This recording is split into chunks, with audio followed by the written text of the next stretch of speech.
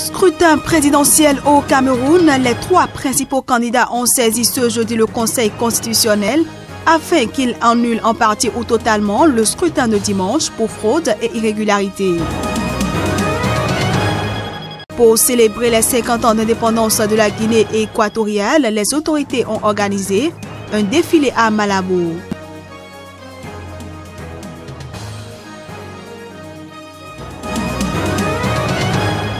Et puis l'UNICEF a annoncé que plus de 800 enfants soldats enrôlés dans la milice civile d'autodéfense qui luttent avec l'armée contre le groupe djihadiste Boko Haram dans le nord-est du Nigeria ont été libérés.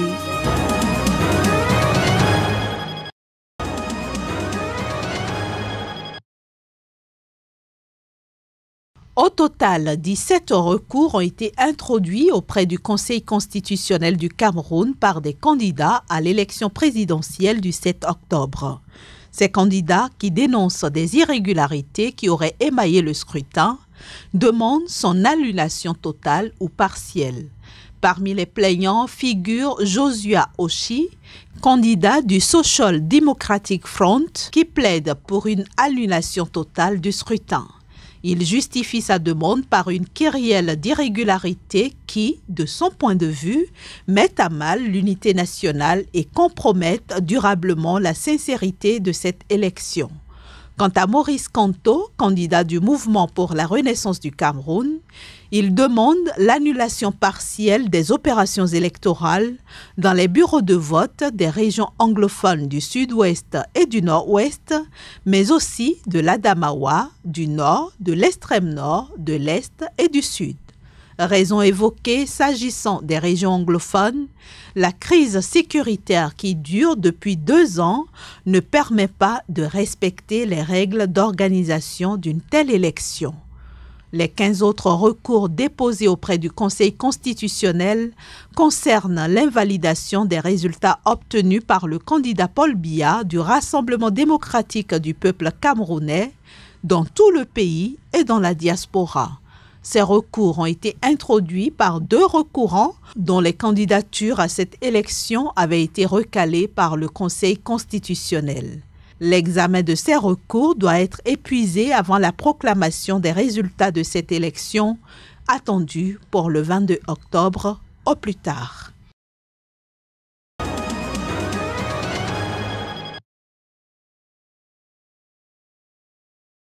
La gouvernance talon ne peut plus être défendue. Nous sommes allés à la mouvance pour faire des propositions, changer de méthode, aider à réaliser ce Bénin dont nous rêvons, afin qu'à mi-chemin, le bilan puisse être reluisant, de sorte que nos collègues de l'opposition accompagnent de l'opposition accompagnent notre choix, notre méthode.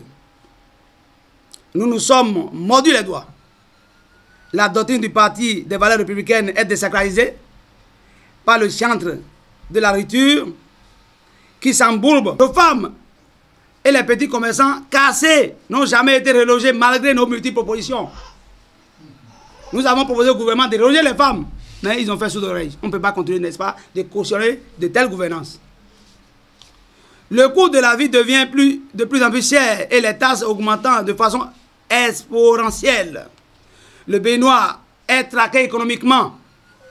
Les frais de passage des postes de pesage et de péage sont passés au double. Les véhicules taxés, les frais de délivrance des actes administratifs, allez dans l'autre bureau, vous allez voir. Les frais de délivrance des actes administratifs dans les tribunaux sont passés du simple au triple. Que devient le Bénin sous Patrice Talon? Une république des princes. Sommes-nous tentés donc d'affirmer? Ou seuls ceux qui sont dans les grâces de la famille royale ont droit de citer? Nous n'acceptons pas cela. Le PVR jette l'éponge et se rallie à l'opposition.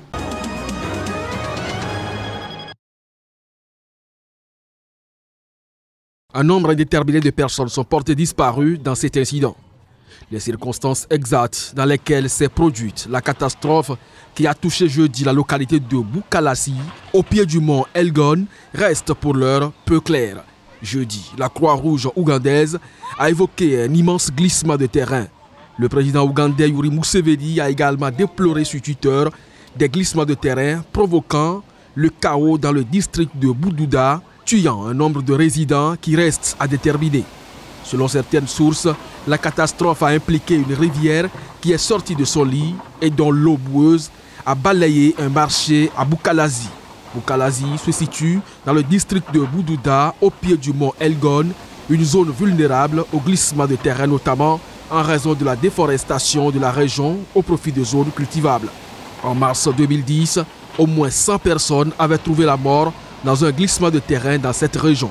En 2012, des glissements de terrain avaient détruit 3 villages.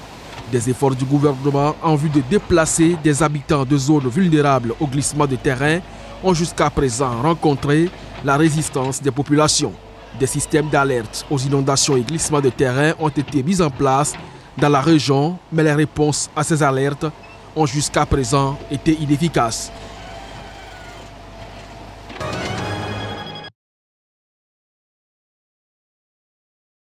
La République de la Guinée équatoriale a célébré ce vendredi 12 octobre le 50e de son indépendance.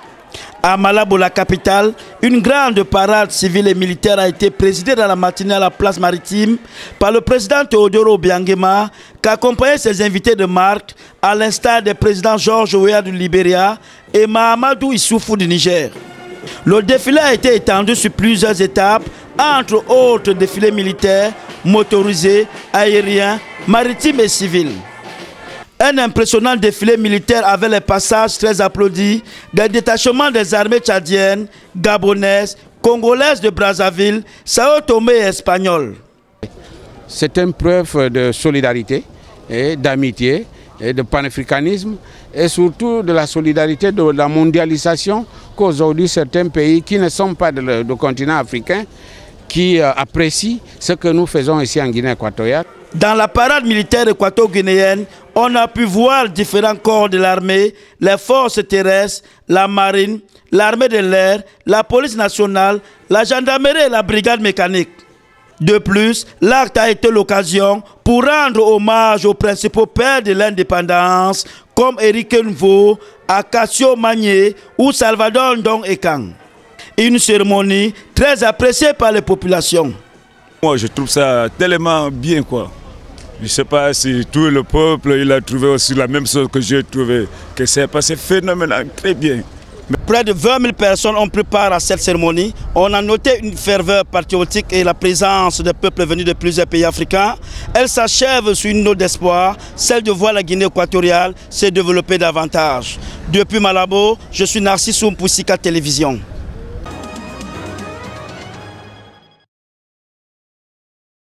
Pete Botha, fils de Pik Botha, a déclaré que l'ancienne figure de l'apartheid était morte dans son sommeil dans la nuit de jeudi à vendredi. L'illustre disparu avait été hospitalisé à Pretoria en septembre. Pour la petite histoire, Pik Botha fut la vitrine internationale du régime ségrégationniste pendant 17 ans au poste de ministre des Affaires étrangères en 1977 jusqu'à l'avènement de la démocratie en 1994.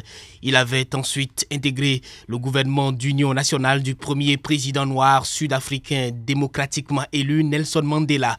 Il quitte la scène politique en 1996 quand son parti, le NP, se retire du gouvernement. Il avait incité le régime de l'apartheid à libérer en 1990 Nelson Mandela, chef historique du Congrès national africain ANC. Il le qualifiera plus tard de sauveur de la nation.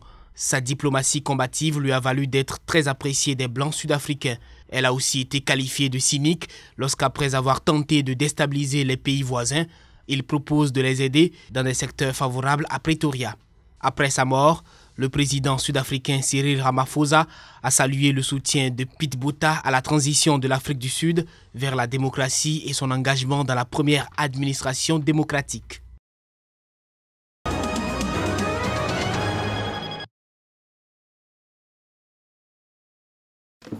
Nous avons atteint le cap des 200 cas. Les chiffres à date sont de 200 cas d'Ebola dans le Nord Kivu au cours de cette épidémie, parmi lesquels 165 sont confirmés et 35 probables. 20 membres du personnel de santé ont contracté le virus jusqu'à présent.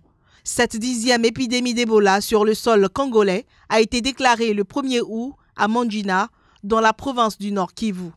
L'OMS a constaté une augmentation du nombre de cas ces dernières semaines, surtout dans la ville de Beni, devenue l'épicentre de l'épidémie.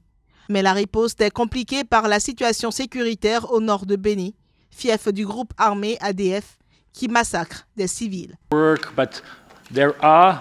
Il y a des attaques et il y a des violences entre le gouvernement et les groupes rebelles qui ne visent pas directement les personnes qui répondent à l'épidémie d'Ebola, mais qui empêchent les équipes de fonctionner à 100%. Il est clair qu'en ce qui concerne la Croix-Rouge et le Croissant-Rouge, nous n'utilisons pas de groupes militaires, de groupes armés ou de protection pour faire notre travail. Donc cela n'arrive jamais. Cela ne fait pas partie de notre modus operandi et nous n'y ferons pas appel.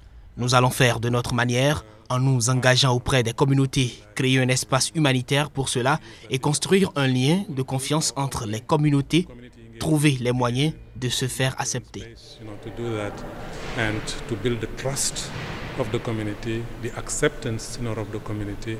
Les autorités ont annoncé depuis des mesures contre les agressions des personnels de santé, avec la possibilité pour les équipes de riposte de faire appel aux forces de l'ordre pendant les prélèvements et les enterrements dignes et sécurisés.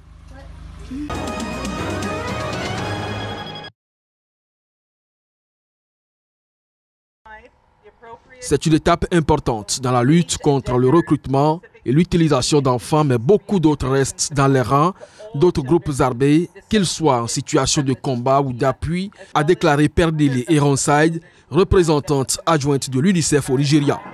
Dans son rapport annuel de 2017 sur les enfants et les conflits armés, l'ONU avait affirmé qu'au moins 228 enfants, dont certains de moins de 9 ans, travaillaient pour la Civilian Joint Task Force, la CJTF.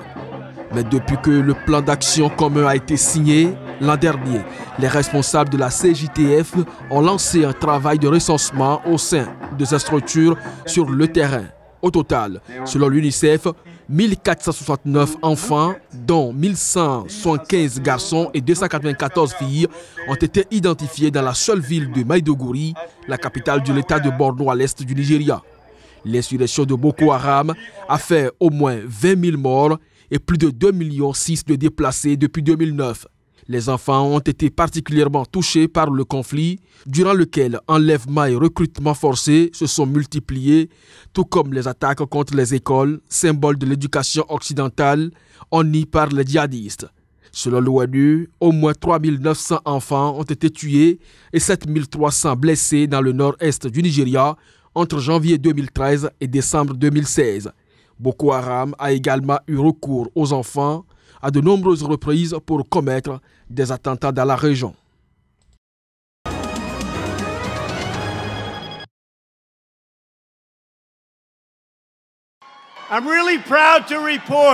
Je suis vraiment fier d'annoncer que plus tôt dans la journée, nous avons concrétisé la libération du pasteur André Brunson en Turquie.